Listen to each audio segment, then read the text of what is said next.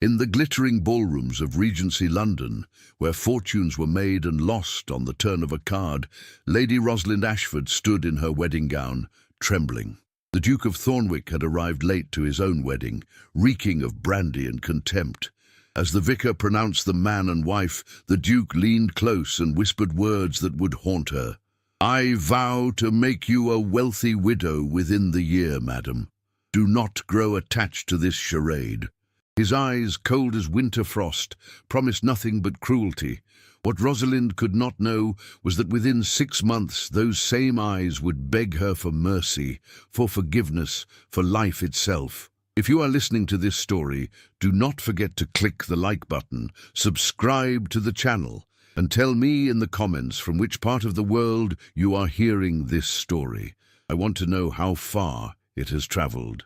The morning light filtered through the tall windows of Ashford Manor, illuminating dust motes that danced in the air like tiny prisoners. Lady Rosalind Ashford sat at her writing desk, her slender fingers gripping a letter she'd read a dozen times already. The parchment trembled slightly in her hands, though whether from anger or despair, she could not say. "Your father's debts have mounted beyond redemption," the letter stated in her uncle's precise script. "The Duke of Thornwick has graciously agreed to settle all accounts in exchange for your hand in marriage. The wedding is arranged for the 15th of May. There is no alternative, my dear niece. The family's honour depends upon this union." Rosalind was 22 years old, with chestnut hair that caught the light in shades of copper and gold, and eyes the colour of summer moss. She had been raised in the gentle countryside of Hertfordshire, educated in literature and music, taught to value kindness above all else. She had dreamed, as young women do, of marrying for love, of finding a partner who would cherish her mind as well as her face. The Duke of Thornwick was not that man. Alexander Hartley, the 7th Duke of Thornwick, was 30 years old and commanded one of the largest fortunes in England. His estate in Northumberland sprawled across thousands of acres. His London townhouse dominated Grosvenor Square, and his influence in Parliament was said to rival that of the Prince Regent himself. He was also known for his cold disposition, his ruthless business dealings, and his complete disinterest in matrimony. Until now. Rosalind's maid, Jenny, entered the room carrying a tea tray. The girl's eyes were red from crying. "Oh, miss," she whispered, setting down the tray with shaking hands. "Is it true? Are you really to marry the Duke?" "It appears I have no choice," Rosalind replied, folding the letter carefully. "My father's gambling debts have condemned me to this fate. But they say terrible things about him, miss. They say he drove his first betrothed to break their engagement. They say he cares for nothing but his estates and his political ambitions. They say he has a heart of stone." Rosalind rose from her desk and walked to the window, gazing out at the gardens where she had played as a child. "Then perhaps I shall be the one to find whatever warmth remains in that stone heart, Jenny. What else can I do?" The weeks leading up to the wedding passed in a blur of fittings and preparations. Rosalind met her betrothed only once before the ceremony, at a formal dinner arranged by her uncle. The Duke had arrived precisely on time, dressed impeccably in black evening wear that made his dark hair and steel-grey eyes appear even more severe. He was handsome in a harsh, unforgiving way, with high cheekbones and a mouth that seemed unused to smiling. Their conversation had been brief and formal. He asked about her education, nodded curtly at her answers, and spent the remainder of the evening discussing trade policies with her uncle. He did not ask about her interests, her dreams, or her feelings regarding their arranged marriage. He treated the entire affair as one might treat the acquisition of a new property, with cool efficiency and complete emotional detachment. The wedding day arrived with unseasonable cold. St. George's Church in Mayfair was filled with London's elite, all eager to witness the spectacle of the formidable Duke of Thornwick finally taking a bride. Rosalind stood in the vestibule in her ivory silk gown, her hands clutching a bouquet of white roses that seemed to mock her with their purity. The Duke arrived 20 minutes late. When he finally strode into the church, Rosalind could smell the brandy on his breath even through her veil. His cravat was loosened, his eyes bloodshot. He took his place beside her without apology, without even a glance in her direction. The vicar, clearly uncomfortable, began the ceremony with nervous haste. "Do you, Alexander Hartley, Duke of Thornwick, take this woman to be your lawfully wedded wife?" "I do." The words were flat, emotionless. "And do you, Lady Rosalind Ashford, take this man to be your lawfully wedded husband?" Rosalind's voice caught in her throat. For one wild moment she considered refusing, considered fleeing the church and accepting whatever scandal might follow. But then she thought of her mother, dead these 10 years, and her father, broken by grief and drink, and the servants who depended on Ashford Manor for their livelihoods. She thought of all the people who would suffer if she chose her own happiness over duty. "I do," she whispered. The vicar pronounced them man and wife. The Duke turned to her, lifted her veil with fingers that barely touched the fabric, and leaned close. To the congregation, it must have appeared that he was whispering sweet words to his new bride. The reality was far darker. "I vow to make you a wealthy widow within the year, madam," he said, his breath hot against her ear. "Do not grow attached to this charade. I have married you to settle your father's debts and secure the Ashford lands adjacent to my Northumberland estate. Once the legalities are completed and I have secured an heir, you will find yourself conveniently alone. Perhaps an accident, perhaps a sudden illness. These things happen. Do not grow attached to this charade." Rosalind felt the blood drain from her face. She pulled back to look at him, searching his eyes for any sign that he was jesting, that this was some cruel wedding day humor.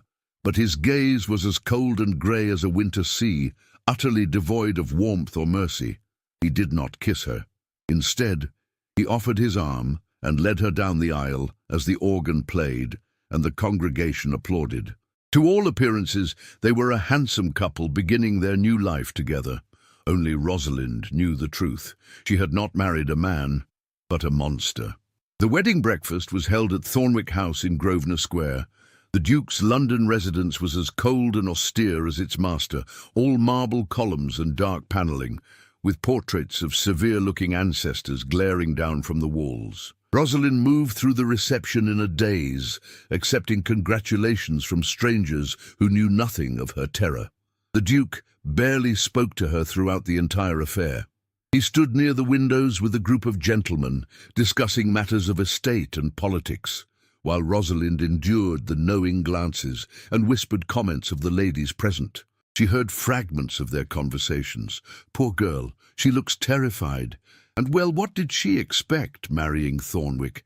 Everyone knows he's heartless, and at least she'll be a wealthy widow soon enough. They never last long, his attachments. As evening fell and the guests finally departed, Rosalind found herself alone in the vast drawing-room. Jenny had been sent back to Ashford Manor with most of Rosalind's belongings. She would join her new mistress in Northumberland in a fortnight. The Duke's London servants were strangers, their faces carefully blank as they moved about their duties. The Duke appeared in the doorway, still dressed in his wedding clothes, though his cravat was now completely undone. He held a glass of brandy in one hand and regarded her with the same cold assessment one might give to a horse at auction. "I leave for Northumberland tomorrow," he announced. "You will remain here for 1 week to settle your affairs in London. After that, you will join me at Thornwick Abbey. There you will fulfill your duties as Duchess. You will manage the household, host gatherings when required, and provide me with an heir. You will not interfere in my business, my political affairs, or my personal pursuits. Is this understood?" Rosalind stood, drawing herself up to her full height. Her hands were shaking, but she forced her voice to remain steady. "I understand perfectly, Your Grace. I am to be a broodmare and a housekeeper, nothing more. Tell me, do you treat all your possessions with such contempt, or am I to be specially honored?"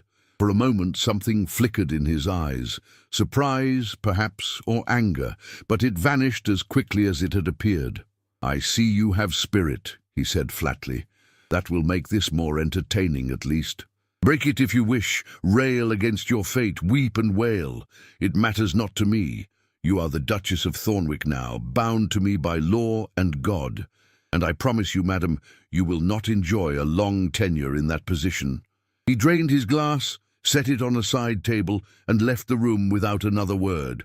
Rosalind heard his footsteps echoing through the marble halls, heard a door slam in some distant wing of the house, and then silence, vast and suffocating. She sank into a chair and finally allowed herself to weep. The week in London passed in lonely isolation. Rosalind saw her husband only once more before he departed for Northumberland. A brief, cold encounter in the breakfast room, where he informed her that his secretary would provide her with the necessary arrangements for her journey north. He did not ask how she was settling in, did not inquire about her comfort or her needs.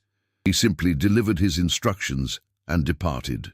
On the 8th morning, Rosalind climbed into the Duke's travelling coach, accompanied only by a stern-faced lady's maid the Duke had hired, a woman named Mrs. Blackwood, who made it clear through her silence and disapproving looks that she considered Rosalind an inconvenient addition to the household.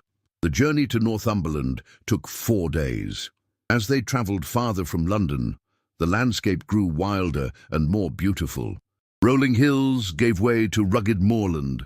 Gentle streams became rushing rivers, and the sky seemed to expand until it dominated the world.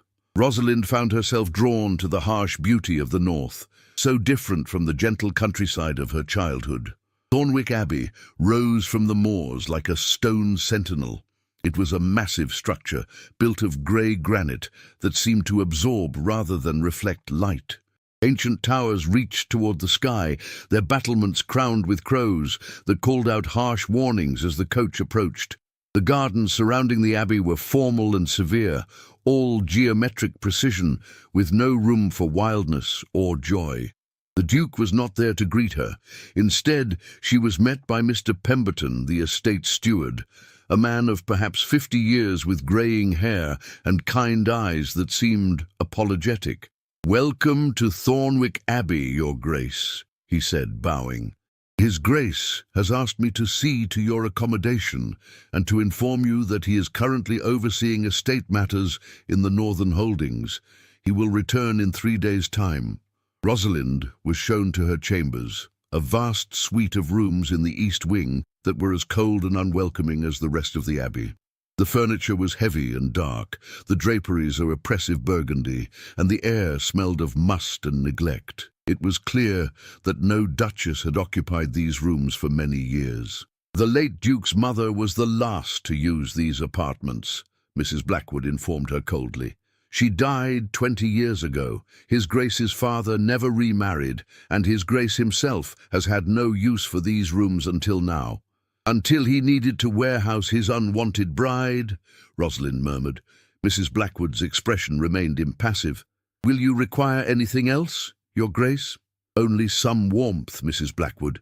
These rooms are freezing." "The Duke does not believe in wasting coal on empty rooms. Now that you are in residence, I shall have fires lit." The emphasis on "now that you are in residence" made it clear that Mrs. Blackwood considered this an unnecessary expense. The Duke returned on the 4th day, as promised. Rosalind was in the library when he arrived, having discovered that this room at least held some comfort. The shelves were filled with volumes spanning centuries, and she had found solace in losing herself in books during her lonely days. He appeared in the doorway without announcement, still dressed in his riding clothes, his dark hair windswept. "I see you have made yourself at home," he observed without warmth. Rosalind set down her book. "I am attempting to find some corner of this fortress that does not feel like a prison, Your Grace. This is your home now. You would do well to accept that fact." He crossed to the sideboard and poured himself a whiskey.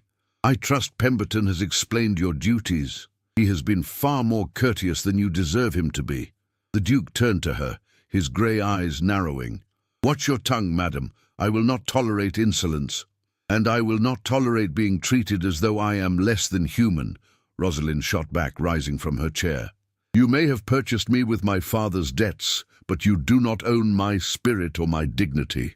For a long moment, they stared at each other across the library, the air crackling with tension. Then the Duke's mouth curved into something that might have been a smile if it had held any warmth. Spirited indeed. Very well, Duchess. Let us establish the terms of our arrangement clearly. In 1 week's time, I am hosting a gathering here at the Abbey. The Prince Regent himself will be in attendance, along with several members of Parliament and their wives. You will serve as hostess. You will be charming, gracious, and utterly devoted to your new husband. You will play the role of the besotted bride to perfection. Is this clear? Perfectly clear. You wish me to lie. I wish you to perform your duty as Duchess of Thornwick.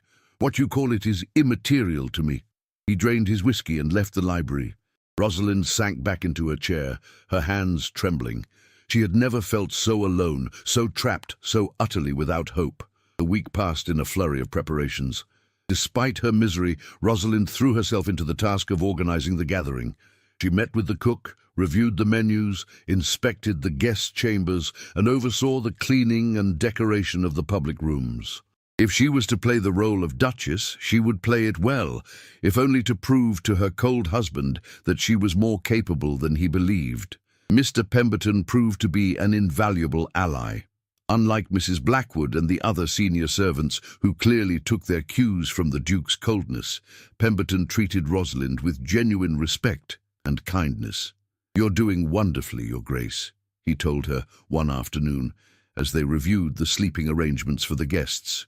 "The Abbey has not seen such life in many years." "You are kind to say so, Mr. Pemberton. Tell me, what was the Duke like as a boy? Surely he was not always so cold." Pemberton's expression grew troubled. "His Grace had a difficult childhood, Your Grace. His mother died when he was but 8 years old, and his father was a harsh man, demanding and critical. The young master learned early that showing emotion was a weakness to be exploited. He built walls around his heart to protect himself. Now those walls are so high that no one can reach him," Rosalind said softly, including his wife. The night of the gathering arrived. Rosalind dressed with care in a gown of deep sapphire silk that Jenny had insisted she bring from London. The colour brought out the green in her eyes and complemented her chestnut hair, which Jenny had arranged in an elegant style with small diamond pins borrowed from the Thornwick family jewels. When Rosalind descended the grand staircase to join the Duke in receiving their guests, she saw something flicker in his eyes. Was it admiration? But it vanished so quickly she thought she must have imagined it. "You look adequately presentable," he said coldly. "Remember what I told you. You are to play the devoted wife." "I remember, Your Grace," she replied, her voice carefully neutral. The guests began arriving. Lords and ladies in their finest attire, wealthy merchants seeking social advancement, and political figures whose names Rosalind recognized from the newspapers. The Duke was transformed in their presence, charming and witty, playing the role of the gracious host with the same cold calculation he brought to everything. Rosalind matched him, performance for performance. She smiled until her cheeks ached, laughed at jokes she did not find amusing, and accepted congratulations on her marriage with gracious lies. "His Grace is everything I could have hoped for," she heard herself saying. "I am the most fortunate of women." The Prince Regent arrived fashionably late, resplendent in a coat of gold brocade that strained over his considerable girth. He greeted the Duke warmly and turned his attention to Rosalind with the practiced eye of a man who had spent his life appraising beautiful women. "My dear Duchess," he said, taking her hand and raising it to his lips. "Thornwick is a fortunate man indeed. Tell me, how are you finding married life?" "It is a great adventure, Your Highness," Rosalind replied smoothly. "Each day brings new discoveries." The prince laughed, a booming sound that echoed through the hall. "Well said, well said. Thornwick, you have found yourself a diplomat as well as a beauty. Do not let this one escape you, my friend." "I have no intention of doing so, Your Highness," the Duke replied, slipping his arm around Rosalind's waist in a gesture that appeared affectionate but felt like a claim of ownership. Dinner was an elaborate affair spanning multiple courses. Rosalind found herself seated between a portly lord whose conversation consisted entirely of complaints about his gout, and a younger gentleman, Mr. Edmund Ashcroft, who proved to be intelligent and kind. He was perhaps 28, with fair hair and warm brown eyes, and he spoke to her with genuine interest rather than the practiced flattery of the other guests. "I understand you are from Hertfordshire, Your Grace," he said. "I have family in that county. Do you know Ashcroft Hall near Hertford?" "I know it well," Rosalind replied, grateful for a genuine conversation. "Your family's gardens are famous throughout the county." "That is my aunt's doing. She has devoted her life to horticulture. Tell me, do you share an interest in gardening?" They spoke of gardens and literature, of music and art, and for a brief time Rosalind forgot her misery. Mr. Ashcroft listened when she spoke, asked thoughtful questions, and treated her as though her opinions mattered. It was such a contrast to the Duke's cold indifference that she felt tears prick her eyes. The Duke, seated at the head of the table, observed their conversation with narrowed eyes. After dinner, the ladies withdrew to the drawing-room, while the gentlemen remained for port and cigars. Rosalind found herself surrounded by women eager to interrogate her about her hasty marriage to the notoriously cold Duke. "Tell us, Your Grace," purred Lady Summersby, a woman of perhaps 40 with calculating eyes. "How did you manage to capture the Duke's heart? So many have tried and failed." "I fear there is no grand romantic story, Lady Summersby," Rosalind replied carefully. "Our families had long been acquainted, and the match was suitable." "A marriage of convenience, then," observed another woman, Lady Hartwell. "How terribly modern." "Not at all," interrupted a younger woman, Charlotte Pembroke, who Rosalind knew to be a distant cousin of the Duke. Charlotte was beautiful in a cold, perfect way, with pale blonde hair and ice-blue eyes. There was something malicious in her smile. "I am sure the Duke is quite besotted. After all, he broke off our understanding to marry you so hastily, Your Grace." "That speaks of great passion, does it not?" The room fell silent. Rosalind felt every eye upon her. "I was not aware that His Grace had a prior understanding," she said carefully. "Oh, it was not official," Charlotte continued, her voice dripping with false sweetness. "But everyone knew that the Duke and I were to marry eventually. We have known each other since childhood. His father and my father had an arrangement, and then suddenly, without warning, he married you instead. One cannot help but wonder why." The implication was clear. The Duke had chosen Rosalind not out of love or even preference, but for some calculated reason that had nothing to do with her worth as a person. She was a convenient substitute, an expedient choice, perhaps even a punishment directed at Charlotte herself. Rosalind lifted her chin, refusing to show the pain that lanced through her heart. "I cannot speak to His Grace's motivations, Miss Pembroke. I can only be grateful for his choice." "Adieu." When the gentlemen rejoined them, the Duke sought out Charlotte immediately. Rosalind watched as they stood together by the windows, their heads close in conversation, Charlotte's hand resting possessively on his arm. The Duke was smiling at her, actually smiling in a way he had never smiled at his own wife. Mr. Ashcroft appeared at Rosalind's side. "Are you well, Your Grace? You have gone quite pale." "I am perfectly well, thank you," she lied. But she was not well. She was dying inside, her last vestiges of hope crumbling to dust. The Duke called for music. Young ladies were invited to display their accomplishments at the pianoforte. Charlotte was among the first to volunteer, performing a complicated piece by Mozart with technical precision, if not particular feeling. She received enthusiastic applause, especially from the Duke. "Will you not play for us, Your Grace?" Mr. Ashcroft asked Rosalind. "I understand you are quite accomplished." "I do not think," Rosalind began. "Yes, Duchess," the Duke's voice cut across the room. He was looking directly at her, a challenge in his eyes. "Do favour us with your skill, unless you fear comparison with Miss Pembroke's performance." It was a trap. Rosalind could see it clearly. If she refused, she would appear cowardly. If she played poorly, she would be humiliated. And if she played well, but why would the Duke issue such a challenge unless he believed she would fail? She rose and walked to the pianoforte, her heart pounding. Charlotte yielded the bench with a triumphant smile. Rosalind sat, her hands hovering over the keys, and in that moment she made a decision.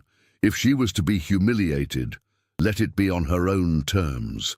She began to play a piece she had composed herself, a melancholy waltz that spoke of loneliness and longing, of dreams destroyed and hopes abandoned. She poured her heart into the music, every note a prayer, every phrase a confession of her despair. The room fell silent as her music wove through the air, touching something deep in the listeners' hearts. When she finished, there was a long moment of silence. Then applause erupted, genuine and enthusiastic. The Prince Regent himself rose from his seat. "Magnificent," he declared. "Thornwick, your Duchess is an artist." But Rosalind did not look at the prince. She looked only at her husband, and what she saw in his face made her blood run cold. It was not admiration or pride. It was rage, cold and controlled, but rage nonetheless. She had exceeded his expectations, and he hated her for it. The party continued until the early hours of the morning. When the last guest had finally retired and the servants had withdrawn, the Duke cornered Rosalind in the hallway outside her chambers. "That was quite a performance," he said, his voice deadly quiet. "You dare to show me up in my own home. I merely played the pianoforte as requested, Your Grace. You made a spectacle. You drew all eyes to yourself. You made yourself the center of attention when you should have been a supporting player in my evening. Is that not what a wife is, Your Grace? A supporting player with no light of her own?" His hand shot out and gripped her arm, not violently but firmly enough to make her gasp. "You forget yourself, madam. You forget who holds all the power in this marriage." "I forget nothing," Rosalind said, her voice shaking but determined. "I know exactly what I am to you, a possession, a tool, a means to an end. But I am also a human being with a mind and a heart, and I will not diminish myself simply because my existence inconveniences you." For a moment something shifted in his eyes. Surprise, perhaps, or was it pain? But then the cold mask returned. He released her arm and stepped back. "You will regret your defiance," he said softly. "I promise you that." He turned and walked away, leaving Rosalind trembling in the darkened hallway. She entered her chambers and locked the door, then collapsed onto her bed and wept until exhaustion claimed her. She did not see the Duke standing in his own chambers on the other side of the abbey, a glass of whiskey forgotten in his hand, staring into the darkness with an expression of confusion and something that might have been regret. The morning after the gathering, Rosalind woke to find a letter had been slipped under her door. It was written in an elegant feminine hand on expensive cream stationery. "My dear Duchess," it read, "I was most impressed by your musical performance last evening. I find myself in need of a companion for a visit to Edinburgh, as I have business there regarding my late husband's estates. Would you care to join me? The northern capital has much to recommend it, and I believe you would benefit from a change of scenery. Your husband has already given his permission, as I asked him last night before departing. I shall expect you tomorrow, if you are agreeable. Affectionately, Lady Agatha Blackthorne." Rosalind remembered Lady Agatha from the previous evening, a woman of perhaps 60 years, with sharp, intelligent eyes and a no-nonsense manner that had seemed refreshingly honest in a room full of pretense. She was a widow of considerable wealth and apparently considerable influence, if she could extract permission from the Duke so easily. The idea of escape, even temporary, was too tempting to resist. Rosalind penned an acceptance immediately. She departed Thornwick Abbey the next morning without seeing her husband. Mr. Pemberton informed her that His Grace had left before dawn to inspect the northern holdings and would be away for several days. Rosalind felt nothing but relief. The journey to Edinburgh took 2 days, and Lady Agatha proved to be an entertaining companion. Unlike the cold servants at Thornwick Abbey or the calculating society women at the gathering, Lady Agatha spoke plainly and listened without judgment. "I see I have rescued you from a prison," Lady Agatha observed on the first evening as they stopped at an inn. "The Duke is not an easy man." "That is an understatement of extraordinary proportion, Lady Agatha." "Call me Agatha, my dear. I have lived too long and buried too many husbands to stand on ceremony, and you may speak freely with me. I have known Alexander since he was a boy. I was a great friend of his mother's."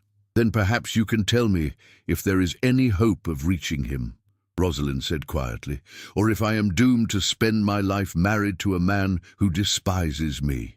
Agatha was silent for a long moment, her weathered hands folded in her lap.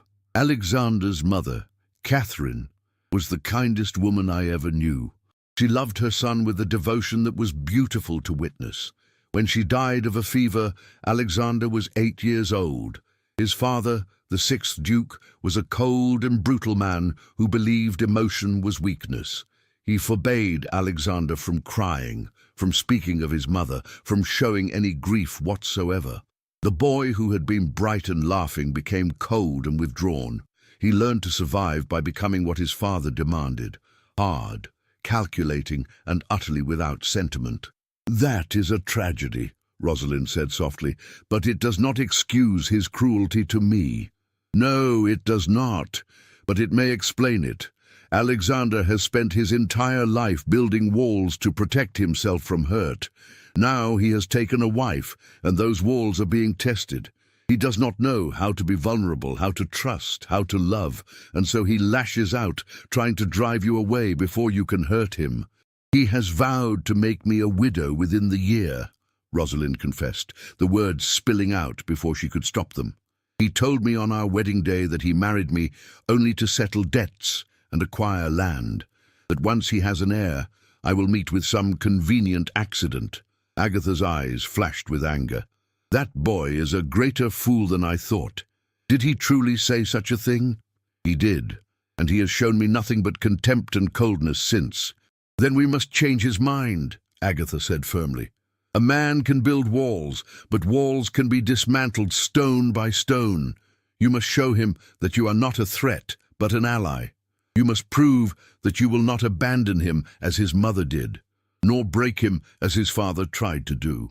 "I do not know if I have the strength for such a task," Rosalind admitted. "I am barely holding myself together as it is." "Then we shall rebuild your strength first. Edinburgh will do you good, my dear. And I have some people I would like you to meet." Edinburgh exceeded all of Rosalind's expectations.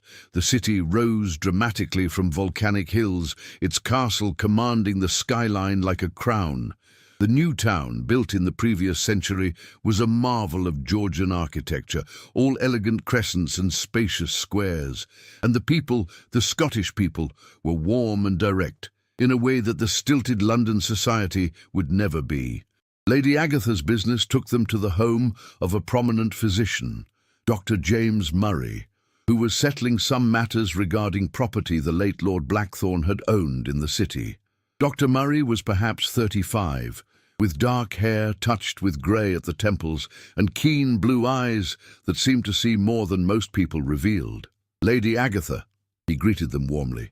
"And you have brought a guest?" "May I present the Duchess of Thornwick," Agatha said. "Rosalind, this is Dr. James Murray, one of Edinburgh's finest physicians and a dear friend of my family." Dr. Murray bowed. "Your Grace, it is an honour, though I confess I'm surprised to find the new Duchess so far from her husband so soon after the wedding." "The Duke is occupied with estate matters," Rosalind said carefully. "Lady Agatha was kind enough to invite me to join her." "And wise enough to recognise when a young woman needs rescuing," Dr. Murray said with a knowing look at Agatha. "You are welcome in Edinburgh, Your Grace. I hope you will find our city provide some comfort." Over the following days, Dr. Murray became a fixture in their small circle. Unlike the Duke, who dismissed her opinions and treated her as an ornament, Dr. Murray engaged Rosalind in genuine conversation. They discussed philosophy and medicine, literature and social reform. He asked her thoughts on the poor laws and actually listened to her answers. He shared his work on fever treatment and valued her insights. "You have a keen mind, Your Grace," he told her one afternoon as they walked through the Royal Botanic Garden. Lady Agatha had diplomatically developed a sudden need to rest, leaving them to walk together. "Have you never considered studying medicine? Many women are making great strides in the field." "I have never been permitted to consider it," Rosalind admitted. "My education was designed to make me an agreeable wife, not a thinking person." "That is society's loss," Dr. Murray said firmly. "You would make an excellent physician. You have both intelligence and compassion, a rare combination." For the first time in weeks, Rosalind felt seen, truly seen, as a person of worth beyond her title or her appearance. It was intoxicating and dangerous, for she knew she was growing attached to Dr. Murray's company in a way that was, perhaps, inappropriate for a married woman. "Tell me about your husband," Dr. Murray said one evening as they attended a lecture on natural philosophy at the university. "Lady Agatha has told me something of your situation, though she was careful not to betray confidences. But I can see that you are unhappy. I am married to a man who views me as a burden at best and an enemy at worst," Rosalind said quietly. "He has made it clear that he feels nothing for me and expects nothing from me beyond the performance of my duties as Duchess. I am a prisoner in a gilded cage, Dr. Murray. Please, call me James," he said gently. "And if I may be so bold, Your Grace, Rosalind, you are far too vital a person to accept such a fate. You deserve to be cherished, not imprisoned." Their eyes met, and Rosalind felt her heart skip. This man saw her, valued her, perhaps even cared for her. It would be so easy to let herself fall, to seek comfort in his kindness, to find in his arms the warmth her husband denied her. But she was still married, still bound by vows she had taken before God, even if her husband cared nothing for those vows. "You are kind, James," she said softly, deliberately using his Christian name. "But I am not free. I may never be free." "Then we shall be friends," James said firmly. "And as your friend, I shall tell you this. Do not let your husband destroy the beautiful spirit I see in you. Fight for yourself, Rosalind. Fight to remain whole." Their time in Edinburgh lasted 3 weeks. Rosalind felt herself growing stronger, more confident, more like the person she had been before her marriage. She attended lectures and concerts, visited hospitals with James to observe his work, and spent long evenings in conversation with Agatha about philosophy and politics. But all good things must end. A letter arrived from Thornwick Abbey, brief and cold. "Your presence is required at home immediately. There are matters of estate that require the Duchess's attention. T." "He cannot even sign his name with warmth," Rosalind observed, showing the letter to Agatha. "Then it is time to return and face the dragon in his lair," Agatha said. "But remember what you have learned here, my dear. You are stronger than you believe, and you have allies now. James has given me several medical texts for you to study. Keep your mind active. Do not let Alexander's coldness freeze your spirit." The journey back to Northumberland felt like a descent into winter. As Thornwick Abbey came into view, Rosalind felt the weight of her cage settling over her once more, but something had changed. She was no longer the terrified girl who had arrived here weeks ago. She had tasted freedom and intellectual engagement.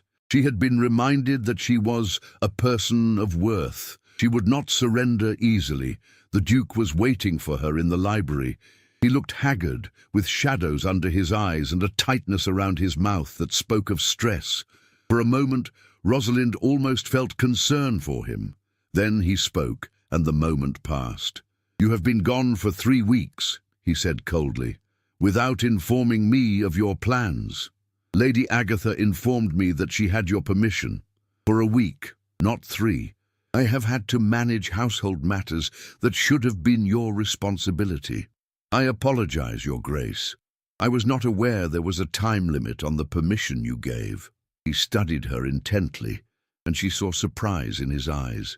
She was not cowering, as she had before. She was meeting his gaze steadily, her spine straight, her voice calm. "You have changed," he observed. "I have remembered who I am," Rosalind replied. "I am more than your possession, Your Grace. I am a person with a mind and a will of my own. and while I will fulfill my duties as Duchess, I will not allow you to diminish me further." For a long moment, they stared at each other. Then, impossibly, the Duke's mouth curved into something that might have been a smile. "Perhaps there is more fire in you than I credited. Very well, Duchess. Let us see how long you can maintain this spirit." It felt like a challenge, and Rosalind accepted it with a nod of her head. She did not know it then, but everything was about to change. Autumn descended upon Northumberland with a vengeance, bringing with it winds that howled around the abbey's ancient stones and rain that lashed the windows like accusations. Rosalind threw herself into her duties with renewed determination, managing the household with quiet efficiency that even Mrs. Blackwood grudgingly acknowledged. She also continued her studies. The medical texts James Murray had sent became her constant companions. She read late into the night by candlelight, absorbing knowledge about anatomy and disease, about treatments and cures. When she encountered concepts she did not understand, she wrote to James, and his replies were always prompt and detailed. The Duke noticed, of course. He said nothing, but she sometimes caught him watching her as she sat by the fire in the library, a medical text in her lap, making notes in a careful hand. His expression was unreadable, confusion perhaps, or was it grudging respect? 6 weeks after her return from Edinburgh, a letter arrived from London. The Duke read it at breakfast, his expression darkening with each line. "We are summoned to London," he announced coldly. "There is to be a grand ball at Devonshire House in honour of the Prince Regent's birthday. Our presence is required." "When?" Rosalind asked calmly. "In a fortnight. We shall leave in 10 days. He set down the letter and looked at her directly.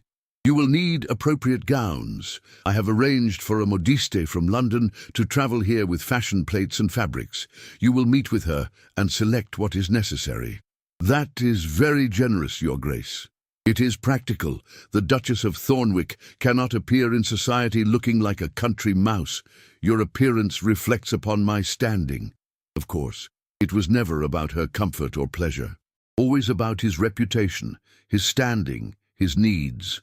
The modiste arrived 3 days later, a sharp-eyed Frenchwoman named Madame Laurentine, who immediately took charge of Rosalind's wardrobe with military precision. "His Grace has spared no expense," she declared. "You shall outshine every woman in London, Your Grace." "I do not seek to outshine anyone, Madame. I merely wish to be appropriately dressed." "Then we shall make you appropriately magnificent," Madame Laurentine said with satisfaction. The journey to London was tense and silent. The Duke spent most of the travel time reviewing papers and correspondence, barely acknowledging Rosalind's presence. They arrived at Thornwick House in Grosvenor Square 5 days before the ball, and the Duke immediately left to attend to business in Parliament. Rosalind was left alone in the house that still felt more like a mausoleum than a home. But she was not alone for long. Lady Agatha arrived the very next morning, sweeping into the drawing-room like a force of nature. "My dear girl," she said, embracing Rosalind warmly, "I heard you were in town and came immediately. How are you managing?" "As well as can be expected," Rosalind replied. "The Duke is occupied with political matters and has little time for me." "Good. Then you shall spend your time with me. I have tickets to the theatre tonight and plans for a visit to the British Museum tomorrow, and James is in town. He has been invited to present his research to the Royal Society. You must come hear him speak." The next few days passed in a whirlwind of activity. Rosalind attended lectures and exhibitions, spent afternoons in stimulating conversation with Agatha's intellectual friends, and even assisted James at a clinic he was running for the poor in Southwark. She felt alive in a way she had not felt since her marriage. The Duke noticed her absences, but said nothing until the evening before the ball. He found her in the library, still dressed in her day clothes, reading a letter from James about his presentation to the Royal Society. "You have been much occupied," he observed coolly. "As have you, Your Grace. I did not think you would notice or care how I spent my time. I am your husband. It is my business to know how my wife spends her time." "Then you should have inquired before now," Rosalind replied, setting down the letter. "I have been attending lectures, visiting museums, and assisting Dr. Murray at his clinic for the poor. I have also been preparing for tomorrow evening's ball, as you requested." "Dr. Murray," the Duke repeated, his voice dropping to a dangerous level. "You have been spending time with Dr. Murray. He is a friend and a mentor. Lady Agatha introduced us in Edinburgh, as I believe I mentioned." "You did not mention that you were continuing the association." "You did not ask, and I was not aware I needed your permission to have friends." The Duke's hands clenched into fists at his sides. "This stops now. You will not see Dr. Murray again." Rosalind rose from her chair, anger finally breaking through her carefully maintained calm. "On what grounds, Your Grace? I have done nothing improper. Dr. Murray is a respected physician and a perfect gentleman. Unlike my husband, he treats me with respect and values my intelligence." "I forbid it," the Duke said coldly. "You cannot forbid me from having friends. You have made it clear that you care nothing for me, that I am merely a duty to be endured. Why should you care if I find intellectual companionship elsewhere? Because you are my wife." The Duke's voice rose, a rare display of emotion. "Because your reputation is tied to mine, and I will not have society gossiping about the Duchess of Thornwick conducting an affair with a Scottish physician." "An affair?" Rosalind gasped. "How dare you suggest such a thing? James has been nothing but honourable, and my conduct has been beyond reproach." "James," the Duke repeated, his grey eyes flashing. "You call him James. How intimate you have become." "We are friends, something you clearly know nothing about, as you seem incapable of human warmth or connection." They stood facing each other, both breathing hard, the air between them crackling with anger and something else, something dangerous and unnamed. "You will not see him again," the Duke said, his voice deadly quiet. "That is final." "I will see whomever I choose," Rosalind replied just as quietly. "You do not own me, Your Grace. You may have purchased my hand in marriage, but you do not own my heart or my mind." She swept past him and out of the library, leaving him standing alone in the darkness. The night of the Devonshire house ball arrived with all the pageantry London could muster. The cream of society gathered in the magnificent ballroom, with its frescoed ceilings and massive chandeliers that cast a golden glow over the assembled guests.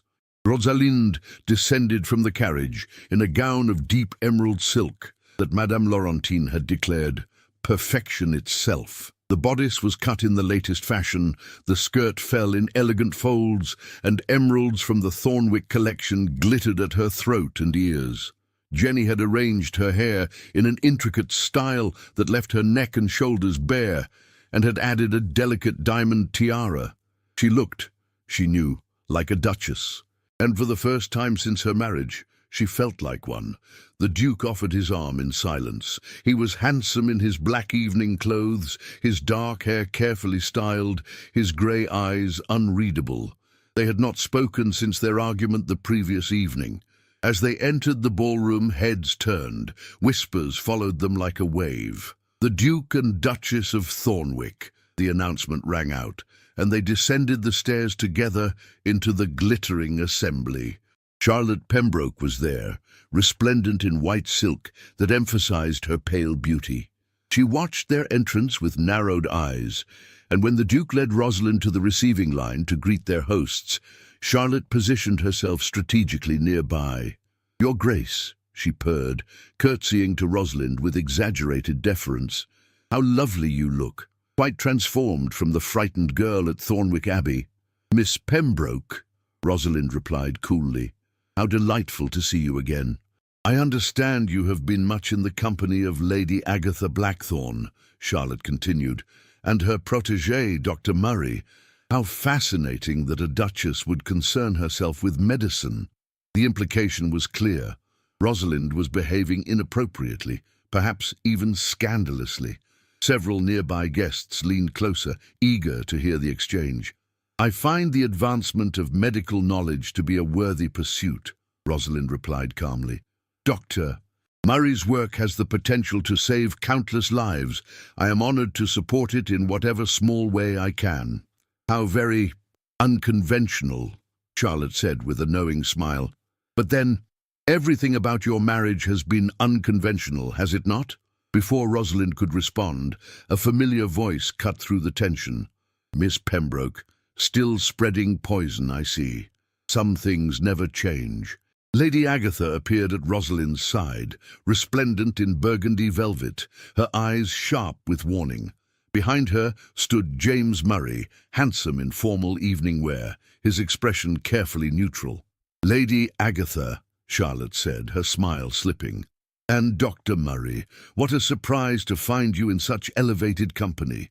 The Royal Society thought my company elevated enough to honor me with an award for my research, James replied mildly. But do continue with your assessment of who belongs where. I find it most entertaining. The Duke had been speaking with Lord Devonshire, but had turned at the sound of voices. His eyes locked on James, and his expression hardened to stone. Dr. Murray, he said coldly, I was not aware you moved in these circles. I move where my work takes me, Your Grace, James replied calmly. Lady Agatha was kind enough to sponsor me for membership in the Royal Society. How generous of her, the Duke said, his voice dripping with sarcasm, and how convenient for you to have such well-connected patronesses. His eyes slid to Rosalind. Some men will do anything to advance their position.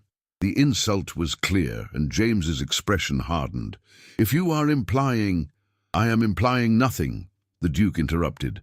I am stating fact. You have attached yourself to my wife and Lady Agatha in hopes of social advancement. It is transparent and pathetic. Alexander, Agatha snapped, that is quite enough. But the damage was done. A crowd had gathered, sensing drama. Charlotte looked positively gleeful, and Rosalind felt something inside her snap. Your Grace, she said, her voice cutting through the whispers like a blade. You forget yourself. Dr. Murray is my friend, and Lady Agatha's protégé.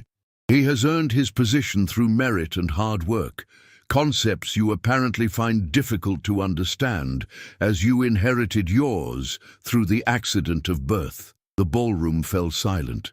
No one spoke to the Duke of Thornwick in such a manner, especially not his own wife. The Duke's face went white, then red. We are leaving, he said through clenched teeth. I am not, Rosalind replied calmly. I have only just arrived, and I intend to enjoy the evening. You are, of course, free to depart if you wish. I dare many things, Your Grace. You have made it clear that you despise me, that you married me only for land and heirs, that you wish me dead. Very well. I accept that our marriage is a farce.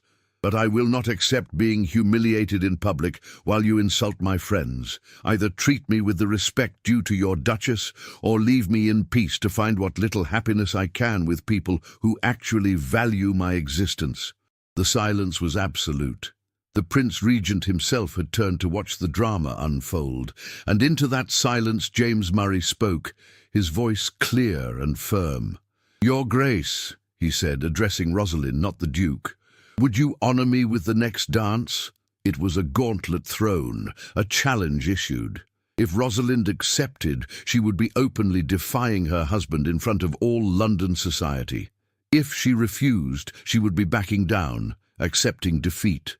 Rosalind took a deep breath and placed her hand in James's. I would be delighted, Dr. Murray. The orchestra, sensing the drama, immediately struck up a waltz.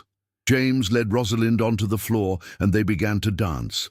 Other couples quickly joined them, but the attention of the room remained fixed on the Duchess of Thornwick and her partner. You have just committed social suicide, James murmured as they turned. I have just claimed my life, Rosalind replied. There is a difference. Your husband looks murderous. My husband has looked murderous since the day we married. At least now I have given him reason.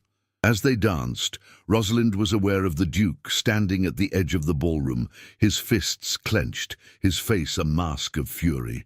Charlotte stood beside him, speaking urgently, her hand on his arm, and Rosalind felt nothing. No fear, no regret, no hope, only a strange, cold freedom. The dance ended. James bowed. Rosalind curtsied, and then Lady Agatha was there, sweeping Rosalind away to a group of her intellectual friends, creating a protective barrier between her and the Duke. The rest of the evening passed in a blur. Rosalind danced with several gentlemen, engaged in stimulating conversation, and generally conducted herself as though nothing extraordinary had happened. The Duke remained at the periphery, watching her with an expression she could not read. It was nearly midnight when a commotion at the entrance drew everyone's attention. A man had burst into the ballroom, his clothes dusty from travel, his face flushed with urgency. He was making his way directly toward the Duke. "Your Grace!" the man called out, and Rosalind recognized Mr. Pemberton, the estate steward from Thornwick Abbey. "Your Grace, thank God I have found you." The Duke moved quickly to intercept him, drawing him away from the crowd. But Rosalind was close enough to hear Pemberton's urgent words. "There has been an accident at the Abbey, Your Grace.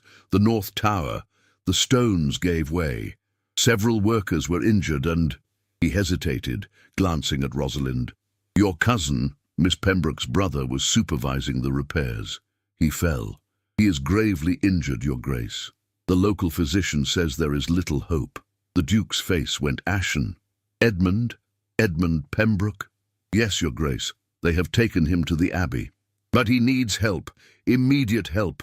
The physician does not have the skill to—" "I do," James said, appearing at Rosalind's side.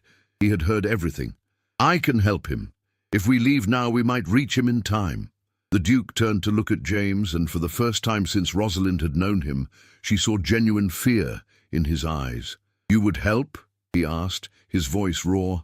"After what I said to you tonight?" "I am a physician, Your Grace," James replied quietly. "A man's life is at stake. My pride matters nothing compared to that." The Duke nodded once, a sharp jerk of his head.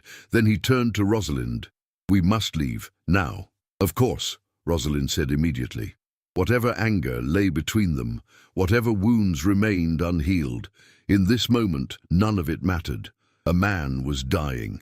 They left Devonshire House in a flurry of activity, commandeering the fastest horses and most skilled drivers. The journey to Northumberland, which had taken 4 days at a leisurely pace, was accomplished in a desperate 48 hours of brutal riding and brief stops. James rode with them, his medical bag carefully secured. During the brief respites, he explained to Rosalind what he would need to do if Edmund Pembroke still lived: surgery to relieve pressure on the brain, treatment for broken bones, constant vigilance for fever and infection. The Duke said nothing, but Rosalind saw how his hands shook as he held the reins, saw the terror in his eyes. Edmund Pembroke, she learned, was not just Charlotte's brother, but the Duke's closest childhood friend, perhaps the only person in the world he truly cared for. They arrived at Thornwick Abbey in the grey dawn of the 3rd day. Mr. Pemberton met them at the entrance, his face grave. "He still lives, Your Grace, but barely. The surgeon from Newcastle arrived yesterday, but he says there is nothing to be done." "Take me to him," James commanded. They found Edmund in one of the guest chambers, lying so still he might already have been a corpse. His head was wrapped in bloody bandages, his breathing shallow and laboured. The local surgeon, a man of perhaps 60, stood helplessly by the bedside. James moved immediately to examine the patient, his hands sure and gentle despite his exhaustion. After several minutes he looked up, his expression grave but not hopeless. "There is swelling on the brain," he said quietly.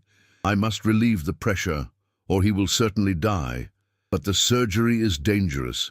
He may die regardless." "But there is a chance?" the Duke asked, his voice breaking. "There is a chance, a small one, but it exists." "Then do it," the Duke commanded. "Whatever you need, you shall have. Just save him, please." It was the please that undid Rosalind. This cold, cruel man, who had vowed to make her a widow, who had treated her with nothing but contempt, was begging, actually begging, for help, and not for himself, but for his friend. In that moment, she saw him not as the monster she had married, but as the frightened boy Mr. Pemberton had described, the child who had learned to wall off his heart to survive. "I will assist," Rosalind heard herself say. Dr. Murray, tell me what you need. The surgery took 4 hours.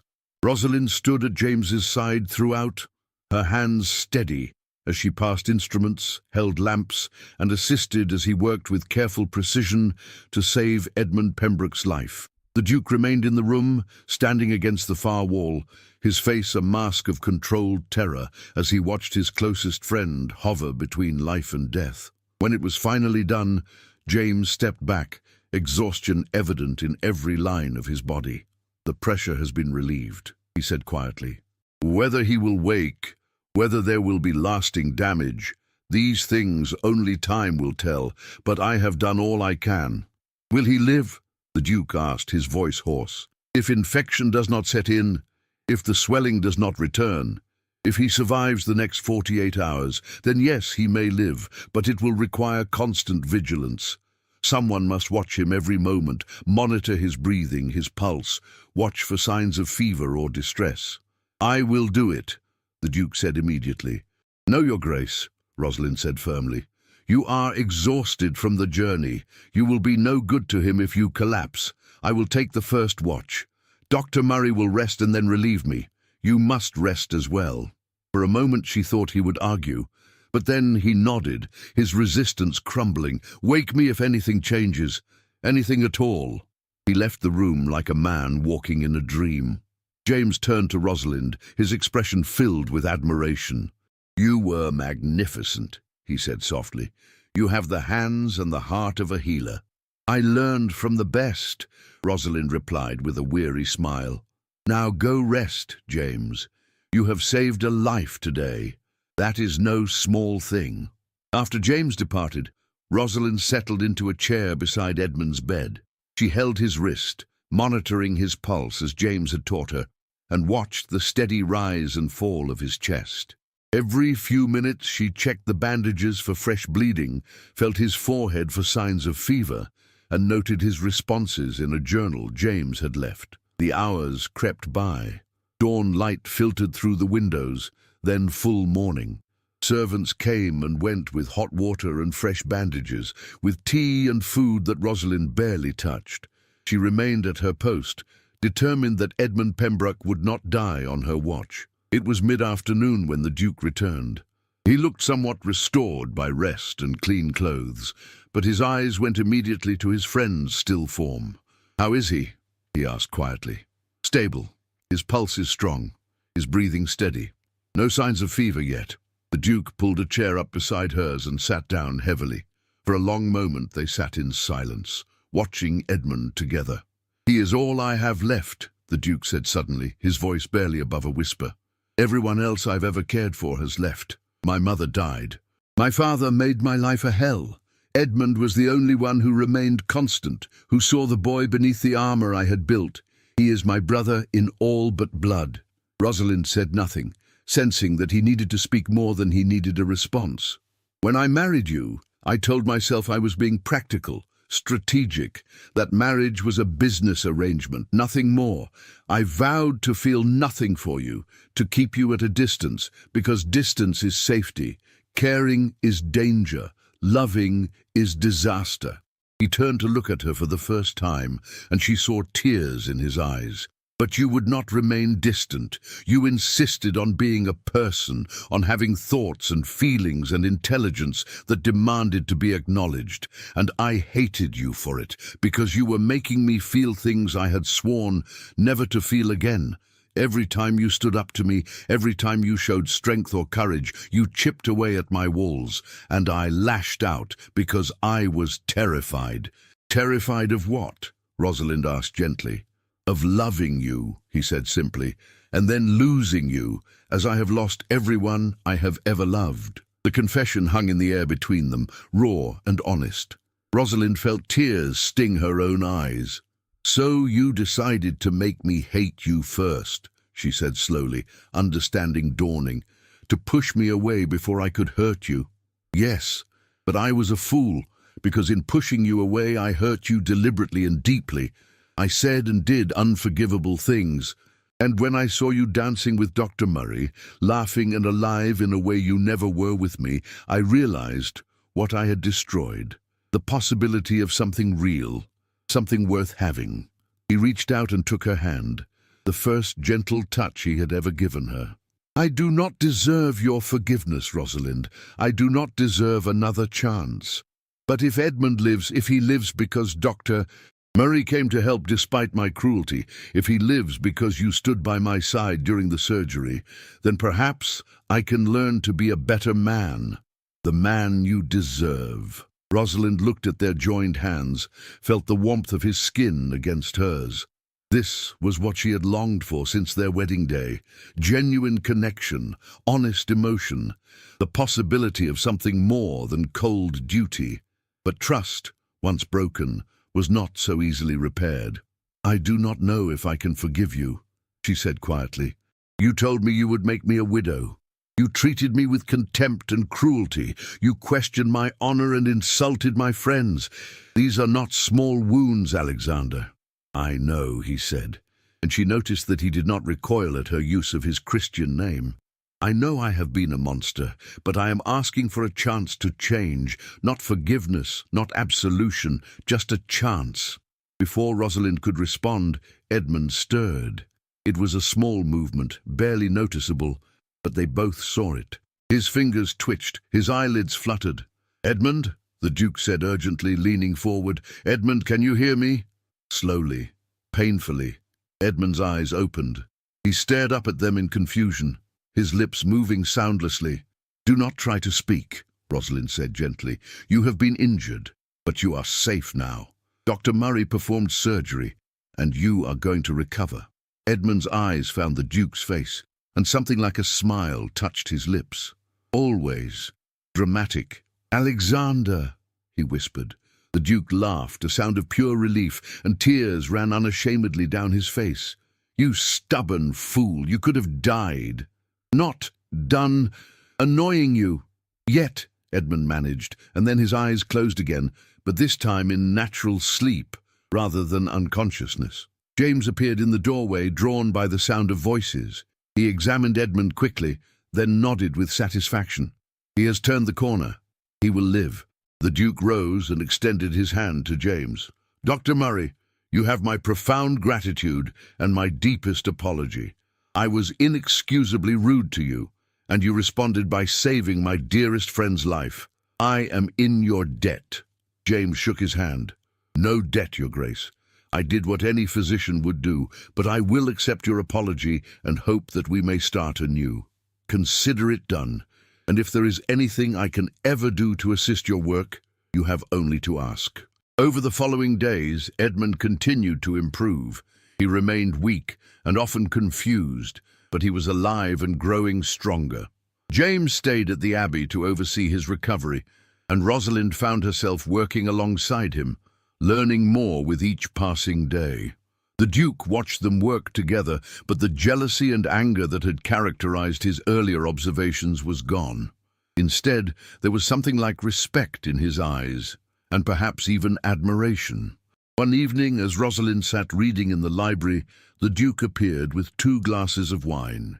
He offered her one and sat in the chair opposite hers. "I have been thinking," he said carefully, "about your interest in medicine, about the work you have been doing with Dr. Murray." "Have you come to forbid it again?" Rosalind asked, unable to keep the edge from her voice. "No, I have come to encourage it.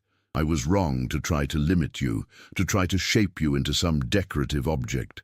You have a gift for healing, Rosalind. You should pursue it." She stared at him in surprise. "You cannot be serious." "I am entirely serious. I have spoken with Dr. Murray. He believes you have the aptitude to study medicine formally, if that is your wish. Obviously, the medical schools will not accept a woman. They are backwards fools. But private study and apprenticeship are possible. I can provide whatever resources you need." "Why?" Rosalind asked, searching his face. "Why this sudden change?" "Because I'm trying to be a better man," he said simply. "Because you deserve to be more than the Duchess of Thornwick, trapped in a cage. Because I want to give you the freedom to become whoever you wish to be.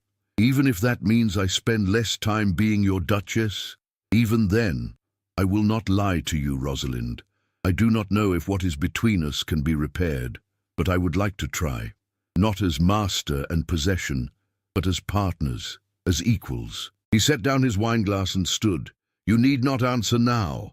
Take whatever time you need to consider. I will not pressure you. But know this, I am done with cruelty. I am done with walls. If you will give me a chance, I will spend the rest of my life proving that I am worthy of you.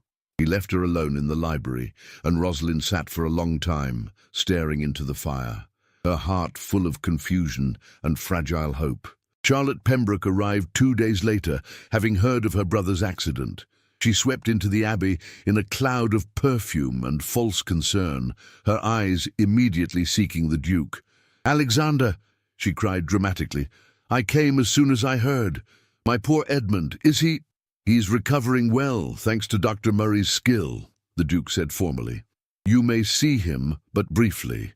He needs rest." Charlotte's eyes slid to Rosalind, standing nearby in a simple day dress, her hair pulled back in a practical style, medical texts under her arm. "How domestic you look, Your Grace," she said with false sweetness. "Playing nurse must be quite a novelty for you." "Miss Pembroke," Rosalind replied coolly, "I am pleased you have come to see your brother. He will be glad of your presence, I am sure." And after Charlotte disappeared upstairs to visit Edmund, the Duke turned to Rosalind with something like amusement in his eyes. "You handled her well. She does not intimidate me anymore," Rosalind said simply. "I have learned that real strength is not found in cruelty or manipulation, but in kindness and courage. A lesson I am still learning," the Duke said quietly. That evening, Edmund was well enough to sit propped against pillows and receive visitors in a more normal fashion. Charlotte sat beside his bed, fussing over him, while the Duke, Rosalind, and James gathered around as well. "I owe all of you my life," Edmund said, his voice still weak but growing stronger. "James, your skill. Rosalind, your care. Alexander, your swift action in bringing help." He looked at his sister. "And you, Charlotte, for being here now." Charlotte smiled, but there was something calculating in her eyes. "Of course I'm here, brother. Where else would I be? Though I confess I'm surprised to find the Duke and Duchess so united. At Devonshire House, it seemed you were at daggers drawn." The Duke's expression hardened. "My relationship with my wife is not a subject for gossip, Charlotte."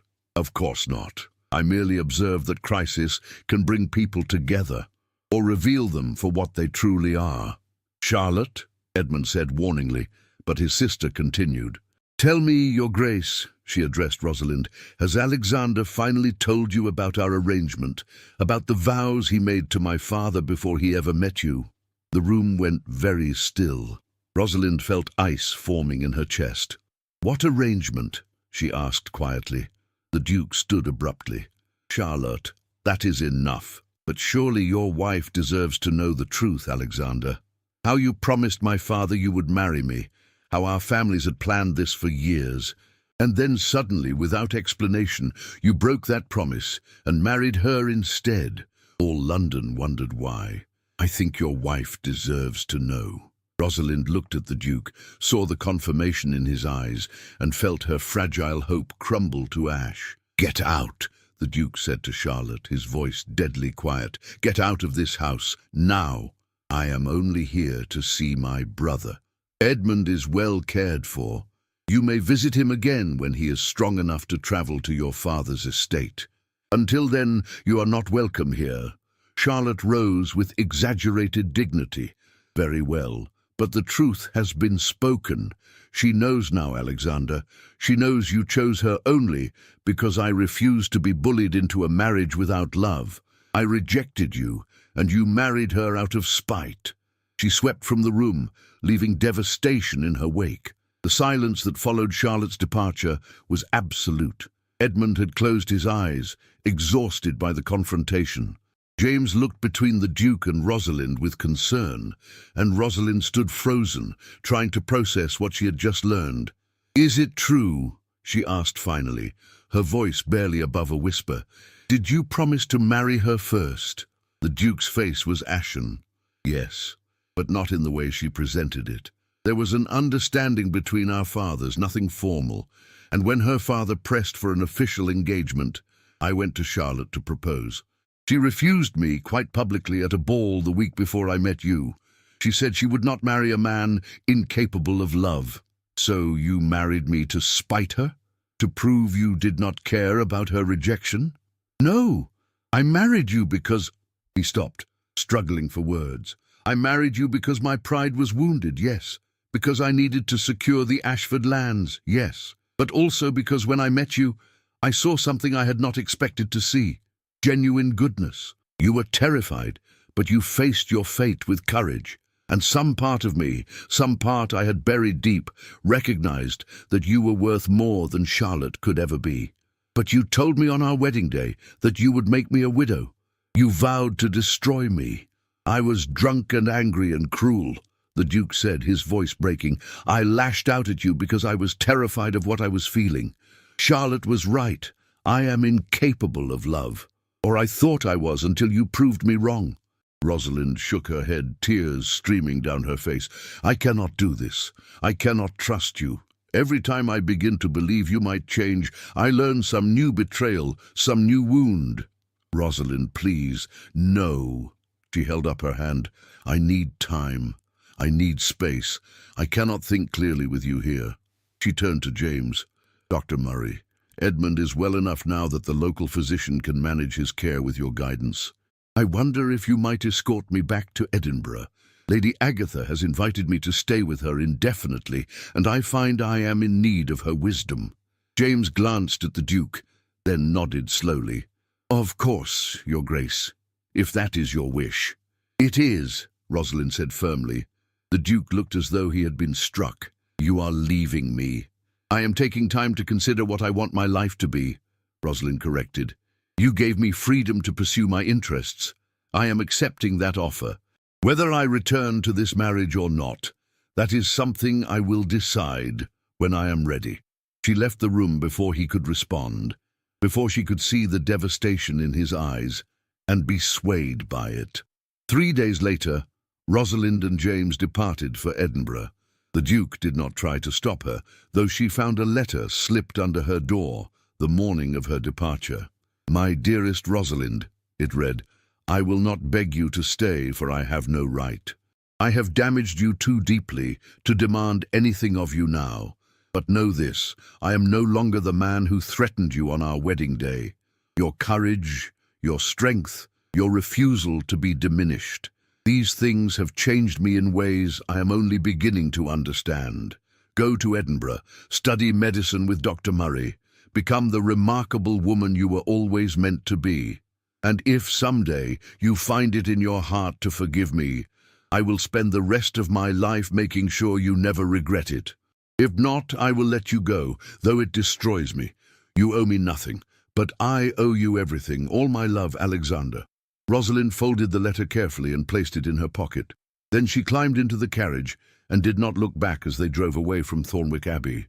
3 months passed. Rosalind threw herself into her studies with an intensity that bordered on obsession. James was a patient teacher, introducing her to anatomy and physiology, pharmacology and surgery. Lady Agatha provided a home filled with intellectual stimulation and genuine affection, hosting salons where the greatest minds of the age gathered to debate and discuss. Rosalind flourished. She assisted James at his clinic, treating the poor with a skill that grew with each passing week. She wrote papers on medical treatments, which James presented to the Royal Society under her guidance. She found joy in learning, in healing, in being useful, but she did not find peace. Late at night, alone in her room, she would take out the Duke's letter and read it again and again.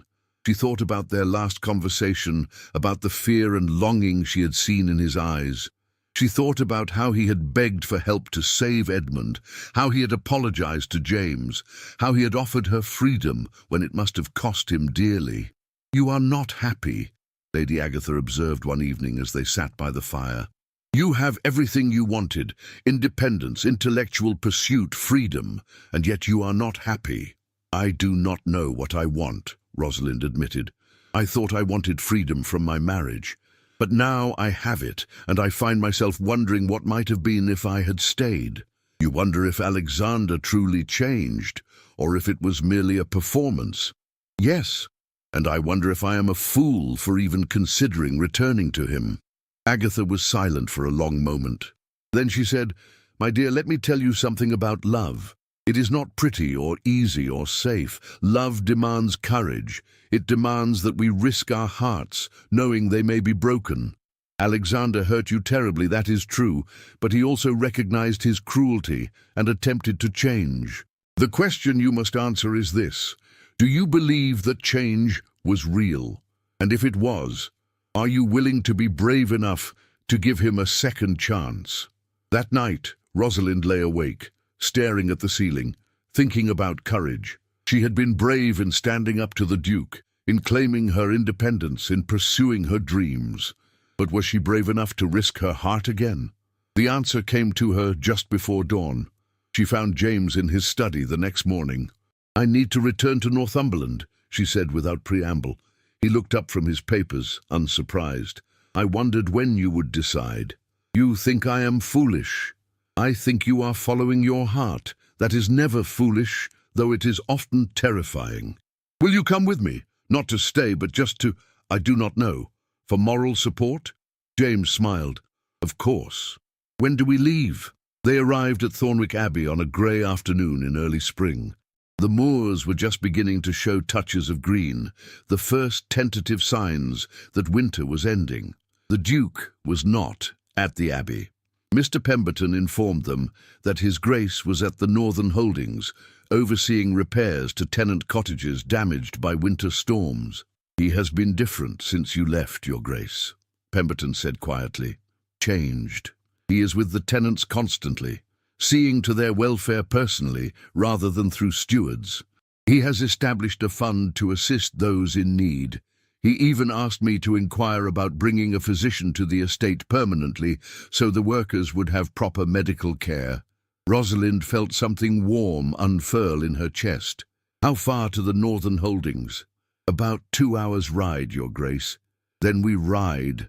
They found the Duke in the midst of the tenant cottages, his fine clothes dusty and worn, his hands dirty from work. He was helping to repair a roof, passing timber up to workers above, laughing at something one of the tenant farmers had said. Rosalind dismounted and stood watching him. This man who had been so cold and cruel, now labouring alongside his workers with genuine warmth. He had not seen her yet, and she took advantage of the moment to simply observe. He looked different, thinner perhaps, with shadows under his eyes that spoke of sleepless nights. But there was something else, a lightness in his manner, an openness in his expression that she had never seen before. Then he turned and saw her. Time seemed to stop. The Duke's face went through a dozen emotions in as many seconds: shock, disbelief, hope, fear. He climbed down from the roof quickly and walked toward her, stopping several feet away as though afraid to come closer. "Rosalind," he said, her name a prayer on his lips. "You came back." "I needed to see if you were real," she said quietly, "to see if the man in your letter truly existed, or if he was only a fiction designed to manipulate me." "I am real," he said simply. "Everything I wrote was truth. I have changed, Rosalind. Or rather, you changed me. You showed me that I did not have to be the cold monster my father made me, that I could be better, that I could be worthy. Mr. Pemberton tells me you have been working to improve conditions for the tenants. It seemed like something you would do, and I wanted to be more like you." Rosalind felt tears sting her eyes. "I received letters from you while I was in Edinburgh, every week like clockwork, telling me about the estate, about Edmund's recovery, about the changes you were making. You never asked me to return. You never demanded or pleaded. You simply told me about your life. I did not want to pressure you. I wanted you to choose freely, if you chose to choose me at all." "That showed more respect than you had ever given me before." "I know, and I am sorry, more sorry than I can ever express, for all the cruelty that came before." They stood in silence for a long moment, the wind whipping across the moors, the workers tactfully withdrawing to give them privacy. "I have been studying medicine," Rosalind said finally. "Dr. Murray says I have genuine talent. I want to continue that work, to perhaps establish a clinic here on the estate where tenants can receive proper care. Would you support such an endeavor? I would support anything that brings you joy, the Duke said fervently. A clinic, a hospital, a medical school, if that is your wish. Whatever you need, it is yours. And what of us? Rosalind asked, her voice barely above a whisper. What of our marriage? The Duke took a step closer, his grey eyes intense and full of emotion. I would like to begin again, not as Duke and Duchess performing roles, but as Alexander and Rosalind, two people learning to trust each other. I cannot undo the past, but I can build a different future, if you will let me. I am terrified, Rosalind admitted. Terrified of believing you, of hoping again, of opening my heart only to have it shattered. I know, and I am terrified too. Terrified that I will fail you, that I will revert to the man I was, that I will destroy this second chance you are considering giving me. But I want to try. I want to learn to love you the way you deserve to be loved, openly, honestly, without walls or defenses. He reached out slowly, giving her every chance to pull away, and took her hand. I am asking you to be brave with me, Rosalind, to risk your heart one more time. And I promise you, I will spend every day for the rest of my life proving that your courage was not misplaced. Rosalind looked at their joined hands, felt the warmth of his skin, the slight trembling that betrayed his fear. She thought about Lady Agatha's words, about courage and risk and the terrifying beauty of love, and she decided to be brave. Very well, she said softly. Let us begin again. But slowly, Alexander. I will not pretend that everything is healed. I will not rush back into trust. We must rebuild from the foundation up. Whatever you need, he said fervently, whatever pace you require, I am yours. She squeezed his hand gently. Then let us start with this. Show me the changes you have made. Show me the man you are trying to become. He did. Over the following weeks, they walked the estate together while he showed her the improvements he had implemented. New cottages built to replace dangerous old structures, a school established for the tenant children, fair wages instituted for the workers. He introduced her to families who spoke of him with genuine affection rather than fear. They talked, really talked, often late into the night. He told her about his childhood, about the cruelty of his father and the devastating loss of his mother. She told him about her own fears and dreams, her passion for medicine, her desire to make a difference in the world. Slowly, carefully, they built something new. Trust came in fragments, each small, honest conversation adding another stone to the foundation. Affection grew from respect, as Rosalind saw Alexander work tirelessly to be worthy of her faith in him. One evening, 6 months after her return, they sat together in the library.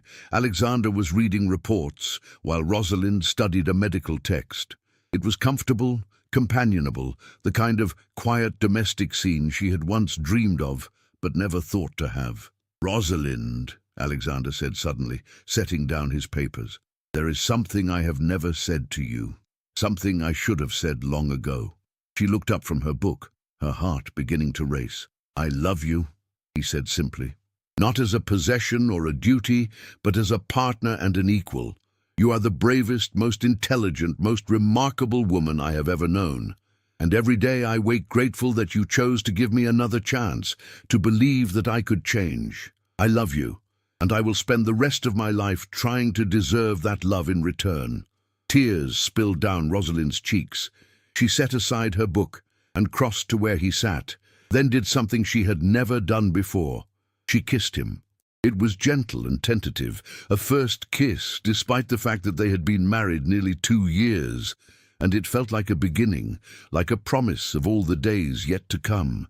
When they finally pulled apart, Alexander rested his forehead against hers. I do not deserve you, he whispered. No, Rosalind agreed with a watery laugh, but you are trying very hard to change that, and I find that I am willing to let you keep trying. The next year was filled with change and growth. Rosalind established her clinic on the estate, working alongside a young physician Alexander had recruited from Edinburgh. She continued her studies and began to write a treatise on treatment of common illnesses among the working classes. Alexander transformed from a cold, distant lord into an active and engaged member of his community. He fought for reform in Parliament, advocated for better working conditions, and used his influence to promote change. And their marriage, once a prison of cruelty and coldness, became a partnership built on mutual respect and growing love. Edmund recovered fully from his accident and became a frequent visitor to the abbey, bringing with him a warmth and humour that filled the house. Charlotte never returned. Rosalind heard she had married a wealthy merchant and moved to the Americas. Lady Agatha remained a treasured friend and advisor, visiting often and delighting in the transformation she had helped facilitate. James Murray accepted a position at the University of Edinburgh, but corresponded regularly with Rosalind about medical matters, their friendship undiminished by distance. On a crisp autumn morning 2 years after Rosalind's return to Thornwick Abbey, she stood at the window of her private sitting room, watching Alexander in the gardens below. He was playing with their 6-month-old daughter Catherine, named for his mother, his laughter carrying on the wind. She thought about the frightened girl who had stood in a London church, listening to her new husband vow to make her a widow. She thought about the cold, cruel man who had pushed her away with both hands while his heart cried out for connection. And she thought about the long, difficult journey they had both travelled to reach this moment, from cruelty to kindness, from walls to openness, from despair to hope. "Your Grace?" Jenny appeared in the doorway. "The ladies from the village are here for the Mothers' Health meeting you organised." "Thank you, Jenny. Tell them I will be down momentarily." Rosalind took one last look at her husband and daughter, her heart full of complicated joy. Their story had not been easy or simple. There had been pain and betrayal, cruelty and coldness, but there had also been courage and change, growth and redemption. She had not gotten the fairy tale she had dreamed of as a girl. Instead, she had gotten something far more valuable, a real, flawed, hard-won love that had been built stone by stone from the ruins of their broken beginning. As she descended the stairs to meet with the village women, to discuss health and welfare and the future they were building together, Rosalind smiled. She had not just survived her marriage to the Duke of Thornwick, she had transformed it into something beautiful. And in doing so, she had discovered that the strongest love is not the one that comes easily, but the one you choose to build even when every instinct tells you to run. The love that requires courage and faith and the terrifying decision to trust again despite every reason not to. She had bloomed where she was planted, not by accepting the barren soil, but by enriching it stone by stone until it could finally sustain life. And that, she thought, was the greatest triumph of all. If you are listening to this story, do not forget to click the like button. Subscribe to the channel and tell me in the comments from which part of the world you are hearing this story. I want to know how far it has traveled.